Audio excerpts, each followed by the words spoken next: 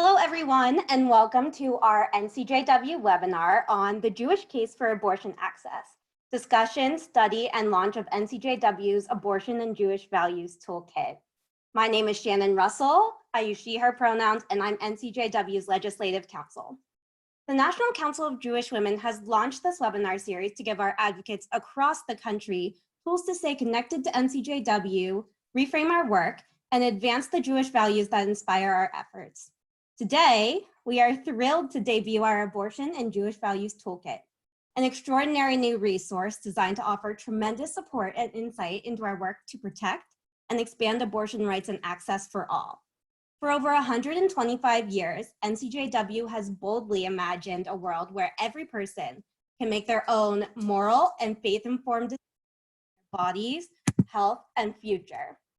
Now, in the face of false narratives and appalling rhetoric concerning this critical issue, it is more important than ever to lift up the voices of people of faith who advocate for bodily autonomy because of our religion and not in spite of it. Indeed, over the past 9 years, anti-abortion politicians have pushed nearly 450 laws restricting access to reproductive health care through state legislatures. These bills range from outright abortion bans to medically unnecessary requirements, regulating everything from the width of clinic hallways to the disposal of fetal tissue. Let's be clear. Abortion is a safe, essential component of healthcare and a basic human right. And as the Supreme Court recognized almost 50 years ago in Roe versus Wade, it's your constitutional right to obtain an abortion, regardless of who you are, how much money you make, or where you live. NCJW's work to protect and expand abortion rights and access for all is directly linked to and driven by our religious texts and Jewish values. B'Tselem Elohim, we are all created in the image of the divine, Kavod HaBriot, respect and dignity for all, and Tzedek Hirdov, the pursuit of justice. These values also serve as the foundation for our Abortion and Jewish Values Toolkit. In just a moment, each of our phenomenal speakers will cover a specific resource in the toolkit. But first, some housekeeping. Everyone's mics are muted and cameras are turned off in order to keep the focus on our speakers today. Please feel free to write questions down or drop them in the chat box as we go. You can reach out to Ari at asolomon@ncjw.org or write in the chat if you are experiencing ongoing technical issues. However, please note our limited capacity while the webinar is running. And just a gentle reminder that we are recording this webinar and we'll upload it to our website. It is now my pleasure to introduce our first speaker, Rabbi Lori Kaufman, NCJW National Board Vice President and co-chair of our Reproductive Health, Rights, and Justice Initiative. Rabbi Kaufman is a Jewish educator, speaker, and entrepreneur whose synagogue work experiences include Central Synagogue in Manhattan and Bet Torah in Mount Kisco, New York.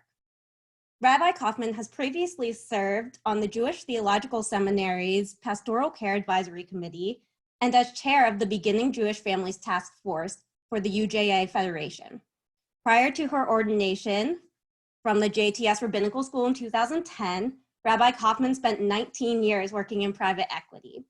In addition to her rabbinic ordination from the Jewish Theological Seminary, Rabbi Kaufman holds an MA in Midrash from JTS, an MBA from the Wharton School of Business, and an MA in Political Science from the University of California at Berkeley, and a BA from Tufts University. Welcome, Lori. Thank you so much, Shannon, for that lovely introduction. And welcome, everybody, and thank you for joining us for this incredibly important conversation. I'm going to spend a few minutes talking about the Jewish views and Jewish values surrounding abortion. Now, the narrative around abortion here in the US today posits a dichotomy of pro-life versus pro-choice.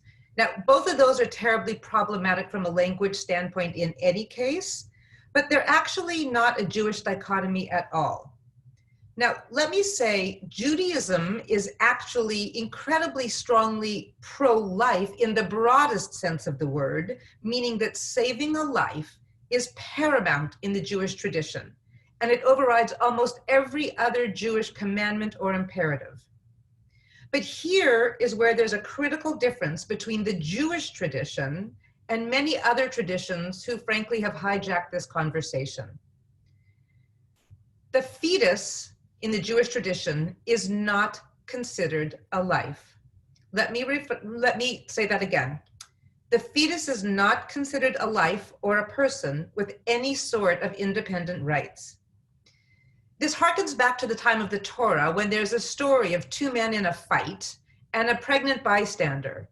One of the men accidentally injures the pregnant bystander and the bystander miscarries. The Torah says that that miscarriage is not a homicide, which it would be if the fetus was a life, but rather the pregnant person is entitled to just a misdemeanor fine. Later texts of the Mishnah and the Talmud, very important seminal conversations between the rabbis from the years 0 to 600, further say that for the first 40 days, a fetus is considered merely like water or fluid, that it's considered a part of the mother's body, much like the thigh would be, and that critically, it is not considered a life until the time of birth and the head emerges from the womb. The technical term, the Aramaic term, lav nefeshu, says that until the fetus breathes its first breath, not until that time does it become a life, much like God animated Adam and Eve, the first human beings in the Torah, by blowing the breath of life into their nostrils. Furthermore, and here again, I will hijack the phrase pro-life to say that Judaism is incredibly pro-life when it comes to the life of the pregnant mother. The Jewish tradition tells us that we are to protect the life of the mother under all circumstances. So that means Jewish law, or halacha, not only permits, but indeed requires a Jewish woman to terminate her pregnancy if there is any reasonable concern for her life or her health. Furthermore, Jewish sources and Jewish sages from many, many, many hundred years ago expand the definition of health or life of the mother to add that even if that concern is of a psychological one, or to save her from shame or anything else that would cause her great pain. Now, I started by saying that pro-life versus pro-choice, that dichotomy is not so Jewish. And I've explained I've talked about the life maybe part, but I want to speak for a minute about the choice part, because I want to insert a few words of caution into this conversation as well. So the concept of moral agency over our bodies to decide what to do, what we want, is actually not so much a part of the Jewish tradition either. Judaism contends that our bodies are a gift from God, and that we must actually care for them as we would a most precious gift.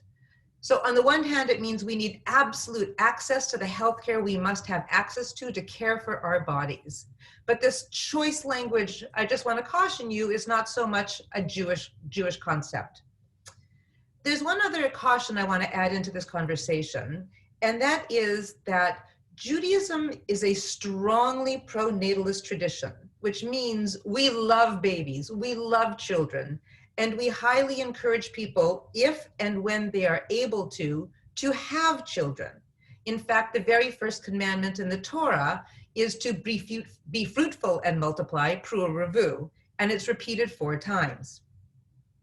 So while the Jewish tradition permits abortion and actually necessitates abortion for the reasons I spoke about earlier, it does not consider abortion murder, since the fetus is not considered a life. And as I said, abortion is absolutely mandated when it comes to protecting the life of the mother. On the other hand, abortion is also not seen as something to be taken lightly or to be used for what are sometimes referred to as trivial reasons, for example, as a form of birth control. I say this because, as with most things Jewishly, this discussion on abortion is actually highly nuanced. And it's important to recognize this because you will see some Jewish religious authorities speaking out against what they will call abortion on demand, as happened in New York State when it enacted the Reproductive Health Act last year that removed all barriers to abortion in the first 24 weeks of pregnancy. Some Orthodox organizations spoke out against that law that they deemed as too permissive. Just a quick case study on this nuance in the Jewish tradition. I want to speak for a moment about the state of Israel, even though that's not really what we're focused on here with this toolkit, but I think it provides a great case example. So in the state of Israel, where all family law is governed by the rabbinic authorities, the Rabbanut, the Orthodox rabbinic authorities, abortion is actually considered part of healthcare and is paid for under the state healthcare system. So that's great on the one hand. On the other hand, to get an abortion in Israel, you actually have to go before a committee and apply and say you fall into one of the 4 categories that are permitted for an abortion, which include the health and life of the mother, including psychological health and well-being. So many balk at that system in Israel, saying they shouldn't have to go before a committee. But on the other hand, in Israel, where the religious authorities control family law and control these committees, between 96 and 98% of abortions are permitted for those who want state funding. So I just want to reframe and summarize by saying the Jewish tradition does not consider the fetus a life. An abortion is not considered murder. Abortion is not only necessary, but often mandated when the life and the health broadly defined of the mother necessitate it. And that's why we really need full access to abortion in this country. So I'd like to now turn the conversation over to Rabbi Rachel Timoner and introduce her. Rabbi Rachel Timoner serves as a senior rabbi of Congregation Beth Elohim in Park Slope, Brooklyn, where she leads a flowering of creativity, community, learning, spirituality, and action. In addition to an impressive array of programs that she leads there, she has also helped to launch the New York Jewish Agenda, RAC New York, and Reform California, 3 statewide efforts to bring Jewish values to bear on core issues of our times, such as criminal justice reform, immigration, affordable housing, and racial profiling. In November 2016, Rabbi Timoner, in cooperation with City Council member Brad Lander, opened CBE Sanctuary to #GetOrganizedBK, so that thousands of Brooklyn neighbors could work together for 18 months to protect human rights and democracy. On any given Shabbat, you'll find Rabbi Timoner speaking about our purpose as Jews and human beings, the spiritual aspect of our lives, the moral challenges of our times, and the ways we need each other. We're incredibly lucky to have Rachel Timoner with us here today, and thank you so much, Rachel, for joining us. Thank you so much, Rabbi Kaufman. I'm really honored to be here. And I really want to applaud the National Council of Jewish Women for this incredibly useful toolkit. We see in this time that the language of religious freedom is being used to enact a very specific agenda. That, of course, did not begin with this administration. It's been going on for a long time. But the language, who gets to talk about religious freedom in this country? And for what agenda? And I think that one of the things I really appreciate about this toolkit is its effort to recast religious freedom as really the right of all Americans to exercise their religion equally, and freedom from religion, from the imposition of other people's expectations of what religion calls us to do, what particular religions call us to do.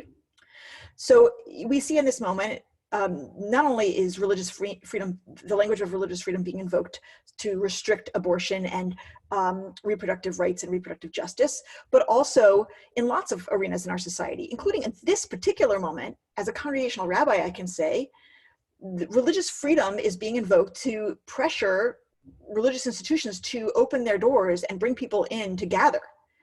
And my colleagues and I are needing to push back against that pressure and say, for us, the most important value is pikuach nefesh. As Rabbi Kaufman was saying, the most important value is saving lives. And we will not gather right now because it's not safe. And for us, what it means to exercise our religion is to honor pikuach nefesh, to preserve life, which is a very interesting way to think about this conversation. As Rabbi Kaufman said, it's been cast as pro-life versus pro-choice. Jews are profoundly pro-life. And what it means for us, as she taught, is to be first and foremost concerned about the life of the woman who is pregnant and her ability to fulfill her life in the way that she will be most fulfilled. So in terms of freedom of religion and how that's being used to restrict abortion and how we might reclaim that language, let's look first of all at the Establishment Clause of the First Amendment, right, which is where all this comes from. It says Congress shall make no law respecting an establishment of religion or prohibiting the free exercise thereof, which means that the government, Congress, cannot promote one religion over others or restrict an individual's religious practice. So when there are policies that grant the fetus personhood, as Rabbi Kaufman just said, that is a particular doctrine from some set of religious beliefs, does not include Jewish belief. As we just learned, fetal personhood comes about at the time of birth, according to Judaism. And so if a pregnant Jewish woman is being told that her fetus is a person, another religion is being imposed upon her, and she has the right to have freedom from that religion that is being imposed upon her. Her religious freedom is being violated. And so this is the kind of language I think we ought to be taking up more and more. As you see from the toolkit here, similarly, when women are their access to abortion is restricted, that might affect their health, their psychological health, their physical health. As Jews, our first concern, our most important mitzvah that supersedes all other mitzvahs, more important than any other mitzvah, is saving a life, is promoting the health of a person whose health might be in jeopardy. So any restriction on her ability to have an abortion, particularly if there are health concerns, is a violation of our religion. It is a restriction of our freedom of religion, and we ought to be speaking in those terms, because those are the terms that are being claimed by a subset of the population as if it's universal, and it is not universal. We know as Jews, we've been minorities in many places in the world and also in this country, that one of our deepest commitments has got to be to always be thinking about who is the minority in any situation. We are the minority and others as well, and be looking at the ways in which kind of hegemonic ideas about anything, but also about religion, are used to silence us, to make our religion invisible, to make it not count, and to restrict our freedom. Can we look at the next image page, or is this both of them? Perhaps this is both of them. All right, well then, that was the ground I wanted to cover, was talking about how it is time for us to reclaim the language of religious liberty and religious freedom. That in order for us to be able to fully exercise our religious freedom as Jews, we have to be able to have our views count in policy just as much as Christian views or other religious views. And any policy that defines religion in a uniform way and excludes us is denying our freedom of religion. It's now my pleasure to introduce our next speaker, who is Suji Min Miranda. She believes that in the power of personal stories, whether providing direct services, advocating for policy change, or fundraising for nonprofit organizations. Suji begins with personal narratives that illustrate the need for programs, policies, and resources that raise the voices of those underserved and underrepresented in mainstream society. She's been an advocate for reproductive justice for nearly 15 years. As the executive director of the Illinois Caucus for Adolescent Health, she transformed the organization into a reproductive justice focused agency led by women of color staff and board. She served on the board of the Michigan Organization on Adolescent Health for 5 years and as chair from 2015 to 2018. She served as secretary of the National Asian Pacific American Women's Forum Board for 4 years and the board of the Reproductive Health Technologies Project for 3 years. Min Miranda currently is the executive director of Aleph, the Alliance for Jewish Renewal. A national nonprofit, Aleph brings spiritual vitality and passion into the daily lives of Jews through programs that empower leadership, build communities, and generate powerful experiences and practical resources. It's my pleasure to introduce Suji Min Miranda to all of you. Hello, it's a pleasure to join you this afternoon from Ann Arbor, Michigan. I speak from the perspective as someone who identifies as a woman, immigrant, and Jew. I was born in South Korea and immigrated to Chicago area, Evanston, Illinois, when I was 3 years old. I converted to Judaism as an adult, so I'm just giving you a little bit of context. I encourage each and every one of you, when having conversations about abortion, to share your personal stories and to contextualize your experiences in terms of where you come from, what you've experienced, as it provides a really compelling texture. In most cases where I have advocated about reproductive justice, it's interesting because oftentimes in certain settings, I am the, coming from an immigrant perspective and as a woman and from communities of color, but this is a rare opportunity to me to speak to a Jewish audience as a Jew, so I'm extremely excited about this opportunity. I'll be focusing on the topic of abortion as healthcare, which are pages 36 and 37 of the toolkit for those of you who are following along at home. As we've already mentioned, medical practice and Jewish sources firmly position abortion as healthcare and as a decision to be made in consultation with one's provider and family. In this particular instance, though, I'd like to add that it's difficult for many people, especially youth and immigrants, to consult with one's family. So I wanted to uplift that particular challenge.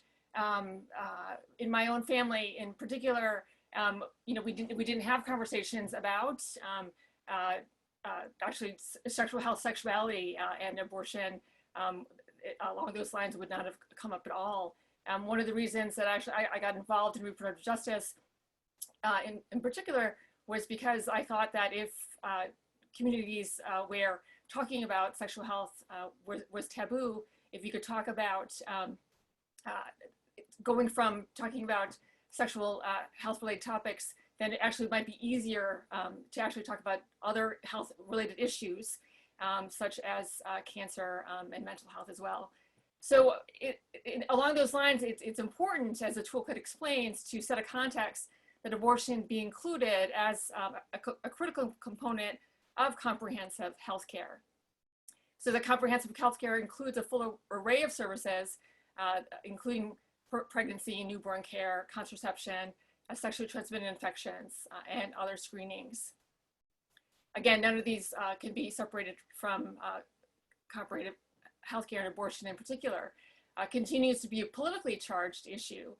So I found it particularly interesting that in this toolkit, decreasing abortion rates is actually linked to increasing access to contraception, as talking about contraception, especially in more conservative circles, it might be an easier topic to address than going directly to abortion. So along those lines, first I'll talk about contraception. Contraception has been used, has been proved regular and reliable use to decrease unattended pregnancies and have, as a result, unattended pregnancy rates have hit a 30-year low in 2011, and teenage pregnancy and birth rates are at record lows. Birth control enables proper family planning, allowing women to avoid the risk of premature birth or low birth rate that's associated with closely spaced pregnancies. So with access to birth control, individuals are also better able to reach their employment and educational objectives and to support their families, improving emotional well-being and economic stability.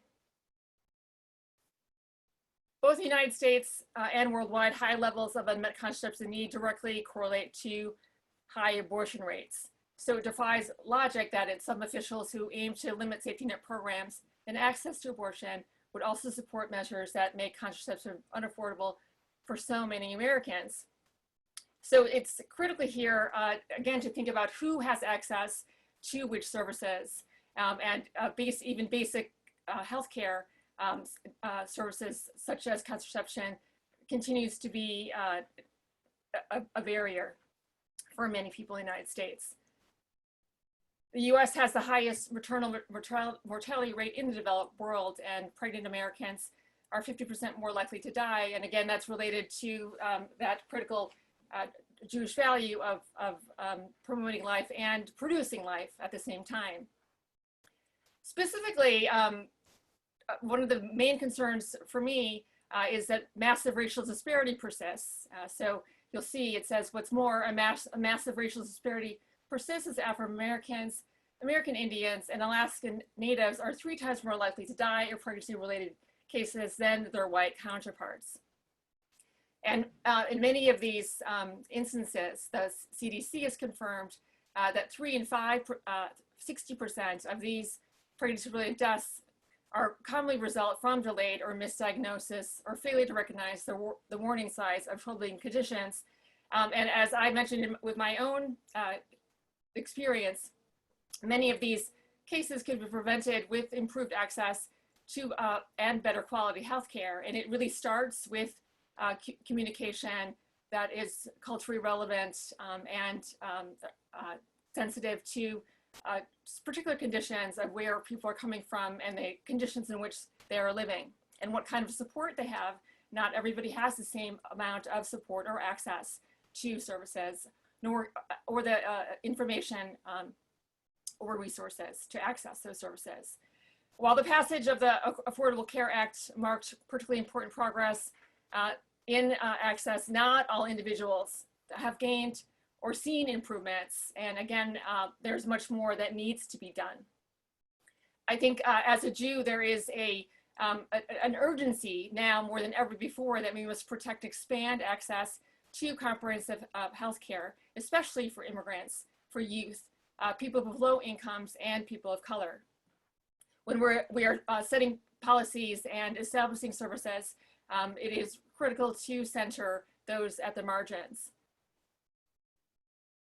And while the ACA had mandated that all insurance plans cover these 10 categories of service, known as essential health benefits, including pregnancy and newborn care, preventive and wellness services, and birth control at no cost to the patient, again, not everyone has same access to the same range of healthcare choices and options.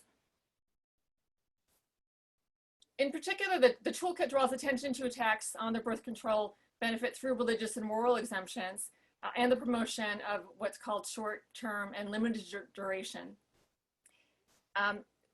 This is a particular instance, I think, that we can speak as Jews to our faith tradition as being in favor and supporting abortion. Additionally, junk insurance plans, which might be available, some might think of as actual insurance that are sold, these are actually not required to offer a minimum benefits packages and have jeopardized patient health and safety.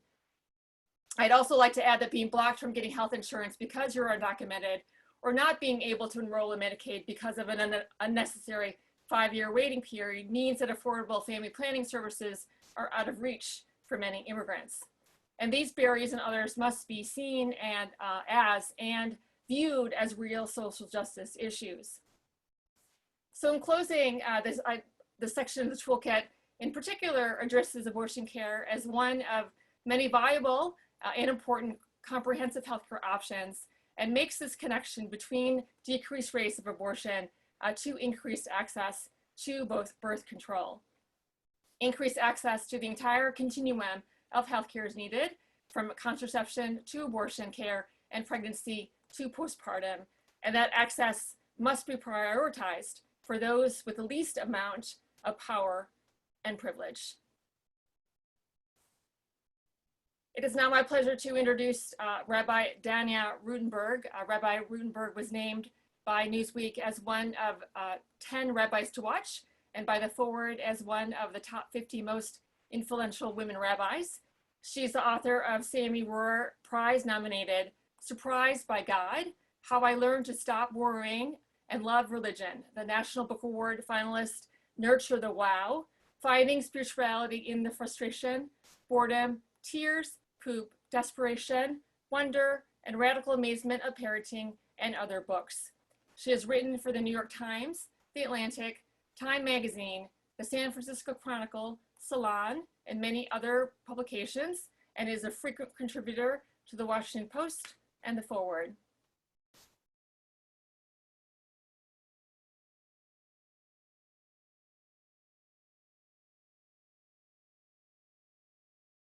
Hello, hi, sorry. So let's talk for a minute about rhetoric. There is a principle in Judaism, gnevadat, the theft of the mind, stealing a mind, right? And anti-abortion extremists often use false narratives and shocking rhetoric to make a political point, to bolster their arguments. But this concept of Gnevat Dat really, in Judaism, we don't lie, and we don't mislead. We don't even do things that could be misconstrued in a certain way. It's sometimes understood as the worst kind of theft that we have, is stealing somebody's understanding of truth. Can we get to the next slide? Oop. Next slide? No? Here we go. Maimonides, is one of the greats in the Jewish tradition, great decisor of Jewish law, talks about how what your inner, what you know to be true, needs to be like your outer. And he uses the example of not offering a gift to a friend you know isn't going to be able to accept the gift. So, like trying to get credit for something that you weren't actually going to have to follow through with, right? Honest spirit. And that's not what's happening when anti-abortion activists and people who are trying to pull this agenda forward are moving through the world. Right? There are 14 states that insist that counseling before an abortion, 34 states require that women receive counseling, either verbally or through written materials before an abortion. 14 mandate that it happens in person, and that there's a set waiting period, right? And people have to come back and forth and go and back to the clinic.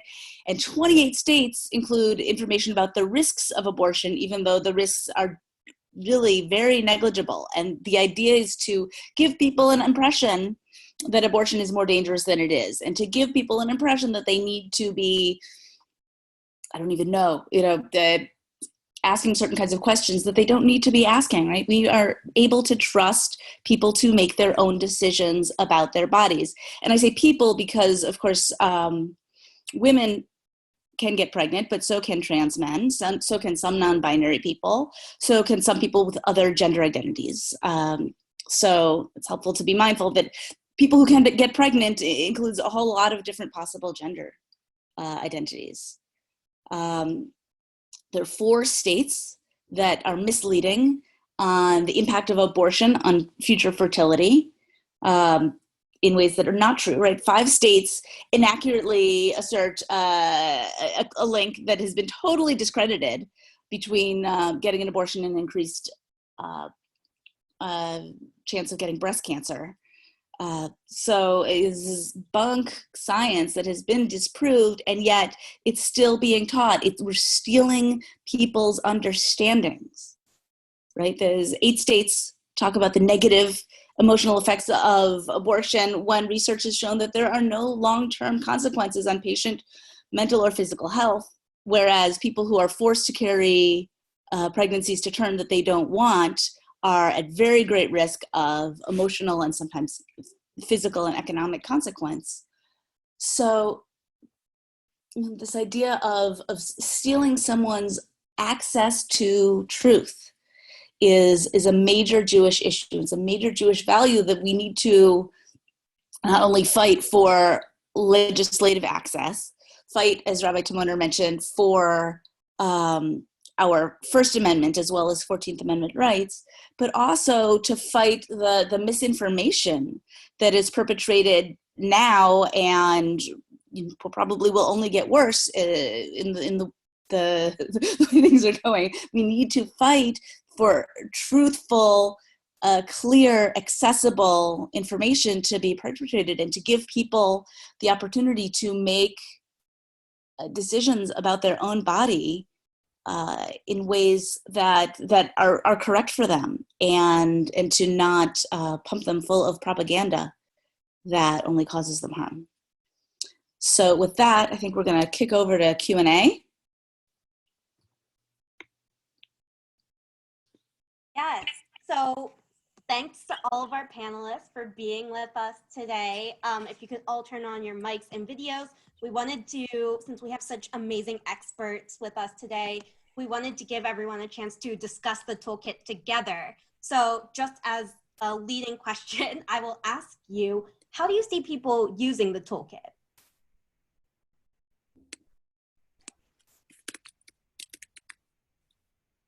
Well, I would say, I think that if advocates are in a situation where they're needing to come up with the Jewish foundations for their perspective, for their position, to be able to quote Jewish sources, to be able to ground their position in Torah, I think it's phenomenal for that. And in the area that I was talking about, to be able to really talk about the Establishment Clause and the idea that using the language of religious freedom to restrict abortion is excluding Jews, and that's not okay.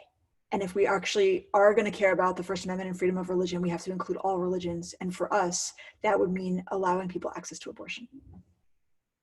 I would like to add that I teach a fair amount on this topic, and people are often surprised by the learning that they have. And this toolkit is such a beautiful, succinct place where all those resources are for people to teach, to share, to learn, to discuss. So it's a wonderful compendium of the breadth of Jewish values, as well as understanding like what is actually happening out in the field, because a lot of times people don't even understand how critical this issue is, especially at this time. This toolkit is it's an amazing resource both to combat this Christian fundamentalist agenda. They've worked very hard to tell a story that being religious means that you need to be against abortion access. And this toolkit so beautifully makes the case for abortion access as an important part of Jewish values and Jewish thinking and Jewish move towards justice. And so I think it's being used, widely in the Jewish community is really important. It can be shared with lawmakers who want to better understand their constituents' perspectives and the various stakes that are out there for their constituents and legally as they make decisions. And I want to note that NCJW is going to be launching soon a campaign to get rabbis to be teaching more about reproductive rights, reproductive justice, reproductive freedom. And this toolkit is an amazing access point for them to be able to marry their Torah knowledge with some of the context and statistics and framework. And so sharing this with your rabbi is also a really great thing to do.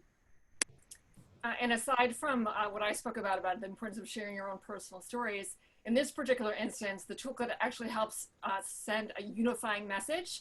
I think, and it's important when we're talking about policies that that as Jews we speak with some uniformity, both from our faith and from a practical standpoint, in terms of what it is and why we want these policies and practices to be put in place. In addition to that, it presents information in a way that actually relates to things that are important to elected officials. Yes, thank you so much. I'm just nodding my head as you were speaking. I think before we have this toolkit, we have lots of different resources on reproductive health rights and justice, and the toolkit just brings them all together into something that we hope that is easy for folks to use and helps them in their advocacy work. So I just wanted to ask before we move on to Q&A, if any of you had a favorite part of the toolkit that you wanted to talk about.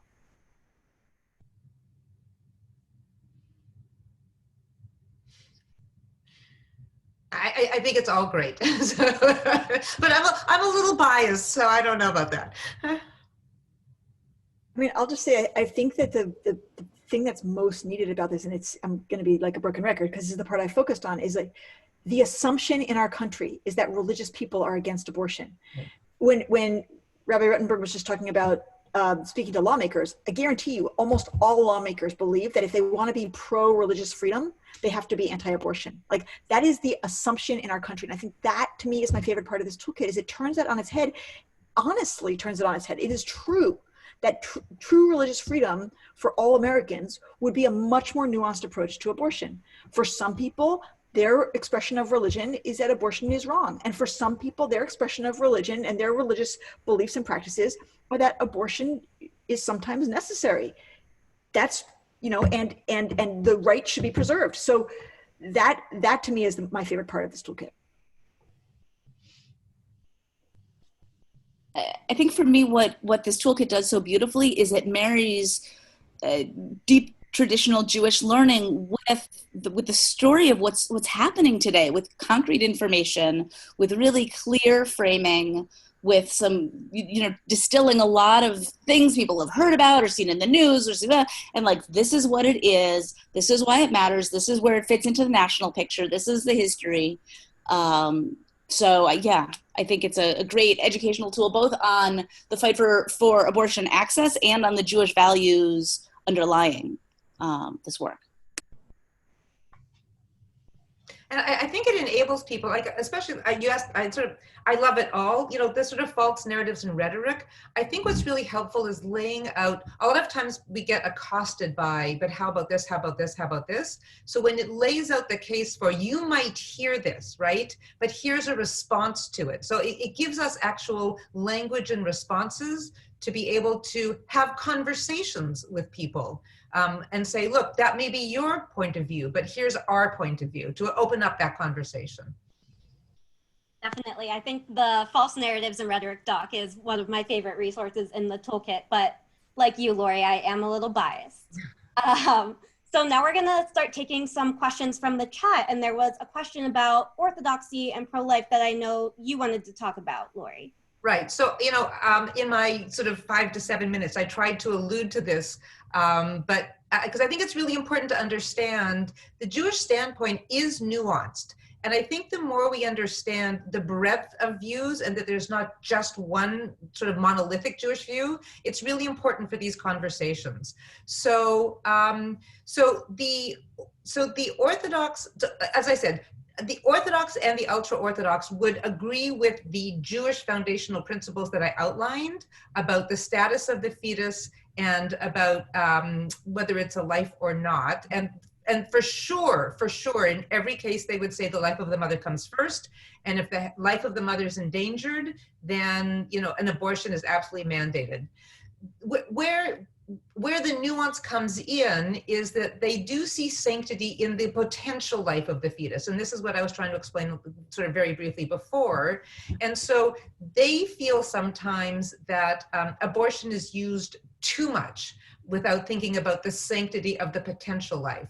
And so I think it's important to understand that is also part of the Jewish conversation, and it's a matter of degree. So it's quite interesting when the New York law was enacted, and there was a lot of rhetoric from the Jewish, the sort of traditional Jewish organizations decrying the law. When people dug down and there were some interviews and said, well, I mean, do we need abortion access in this state? They all said, yes, we absolutely need abortion access. The question is under sort of what terms and how often should it be used? So I think that that's an important part of understanding why some of the Orthodox or ultra-Orthodox, as people like to call them, might be seen as pro-life. Because, there's a spectrum, and I think that it depends on where they fall on that spectrum. I hope that was clear for people. Yeah. Can I add something? Definitely. Yes. I mean, yes to everything that the good Rabbi Kaufman just said. And just to clarify, Jewish sources are extremely clear that, I mean, there's the Mishnah, which is foundational Jewish source, sort of bedrock of the Talmud, like they're very clear that abortion in some times is necessary, right? If the life of the pregnant person is in danger, abortion is required, full stop. So there's no part of any of the Jewish conversation that will say abortion should be forbidden. Sometimes it's necessary. And then the question of when and what that looks like, you'll see some nuances. There are people who will say really only for this one case, right? It's required here. It's not really, we shouldn't be messing around with otherwise. But even in the Orthodox world, people will say permitted in some cases, required sometimes. The conservative movement is already basically like it's permitted. And as Rabbi Kaufman said, the question about whether or not it should be a legal procedure that a person can obtain in the United States is, at least across most of the Jewish world, pretty straightforward. Yeah. Yeah, to what you were talking about with the New York Reproductive Health Act, Lori, it's actually mentioned in the toolkit on page 26 when we talk about this whole craziness about late term abortion, which of course is not a medical term. And sometimes opponents will use that and say that it's infanticide. And we know that infanticide, of course, is already illegal in the United States, obviously. So I think that like there's just little things like you're talking about right now that are addressed in the toolkit that are so important. Actually, Jen, I just want to jump in on that because like the late term abortion is a fascinating case because the Mishnah, which is again one of the seminal texts we have that Rabbi we're just talking about, the Mishnah actually discusses late term abortions as mandatory if it's saving the life of a mother. And it's actually a rather gruesome description of how mandatory it must be.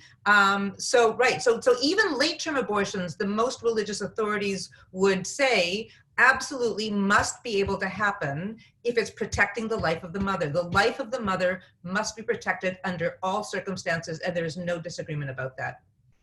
And this is something that I really think we want to drive home, is that Jews are pro-life.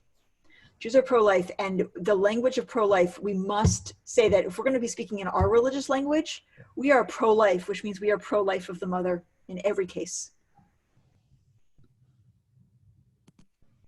Definitely. Thank you so much. And that is also in the toolkit in the false narrative section. We talk about, you know, the co-opting of the term life and personhood and how there's states that want to say in their legislation that, you know, fetuses are people from the moment of conception. And that goes back to the religious liberty point that that's just not what we believe. So you can't enshrine one view of life, one religious view of life into law.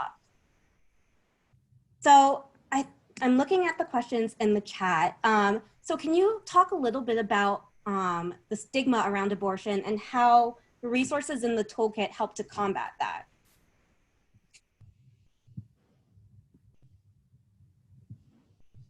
I think it's everything that we've been saying, not to be repetitive, but I think the only way stigma disappears is if we have open, honest conversations about these issues, right? And so I think it's important to talk about like everything we've been talking about, not just amongst ourselves, but to broaden the conversation. And the other thing that helps with stigma is storytelling. It's, you know, it's what Suji was saying. It's like we have to be able to, people have to be able to talk about their abortion stories. They have to be able to talk about, you know, the reality, and so that it's not that it becomes destigmatized, and it doesn't become a bad word. It's like the scarlet A, right? Like it has to be part of healthcare. It's got to be part of our conversation. It's got to be part of a woman's healthcare. We have to change the narrative, and we have to be able to talk about it broadly. And I think that's how we help with the stigma issue. I'm seeing a question related to that question, which just came up, which is, could we say that abortion is sometimes appropriate rather than sometimes necessary? Necessary implies regretful. And I think that's really good. I used the word necessary, and I think that's right. That I think that we could say that in Judaism would say that abortion is sometimes appropriate, and also necessary, but more than necessary. It is sometimes appropriate. And I think that is a way to maybe speak to the stigma. I'm continue to be, I'm not surprised, but I guess surprised and dismayed just about how difficult conversations, just, you know, and about basic sexual health is difficult, and much less talking about abortion, which is like, you know, the far end of the spectrum and incredibly politically charged. A lot of times it's helpful, I think, you know, as a parent also, so I'm a parent, to have conversations about negotiation and communication, and to think about sexual health as not just sexual acts or, you know, or reproduction. That's just a small component of sexual health. And I also like to think about it in terms of a continuum of care. So, you know, we are sexual beings from birth to death.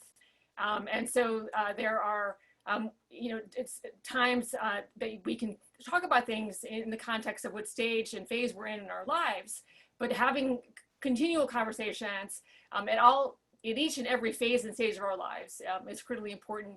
And also talking about it on the bima, you know, in the coffee shop. I mean, really making abortion, healthcare conversations just commonplace. Yeah, I think that this toolkit really provides people with information that they might not have had. You know, it has lots of different resources, lots of different types of resources that link abortion to our voter engagement work and to our work on immigration. So it has all the tools that you need to just have conversations about this issue or to go beyond that. And I think that's what I personally like about it. I think we have time for one more question. Let me look through the chat. So there's a question about people receiving this type of information when they convert to Judaism. Is this something that is talked about?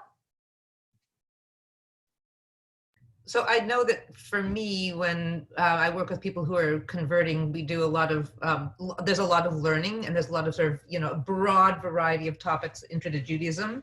And this is absolutely part of, like, you know, one of the ethics classes is on, you know, ethics of reproductive issues. So this is certainly, you know, everybody does it a little bit differently, but, you know, because this is part of life. This is part of health, right? And so this is part of the gamut of being a person and of being a Jewish person.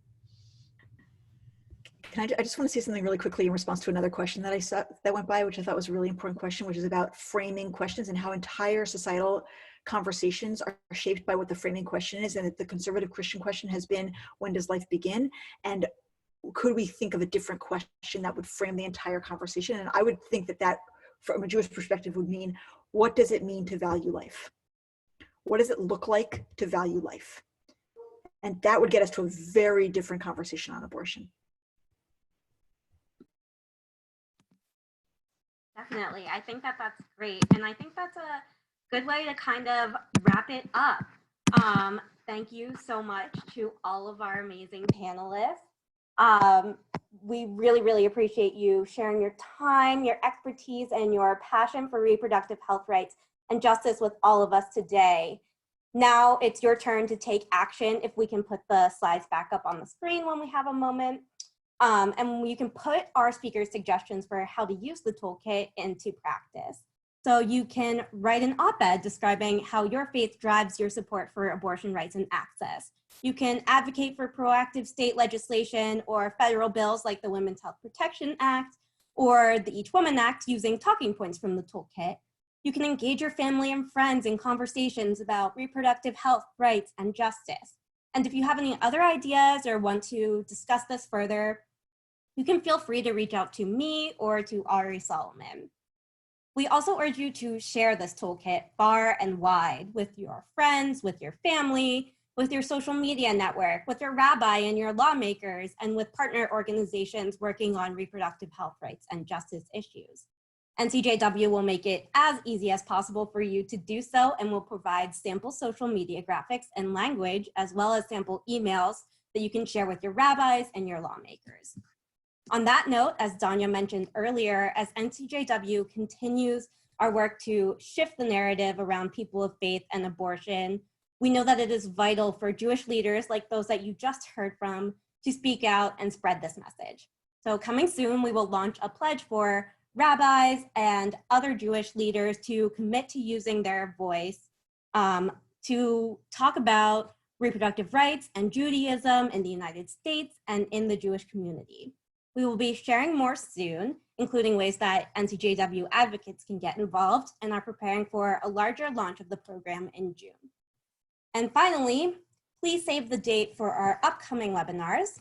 On June 2nd at 4:30 p.m. Eastern Time, NCJW will welcome Representative Robin Kelly of Illinois to discuss the intersection of guns and violence in the time of COVID-19.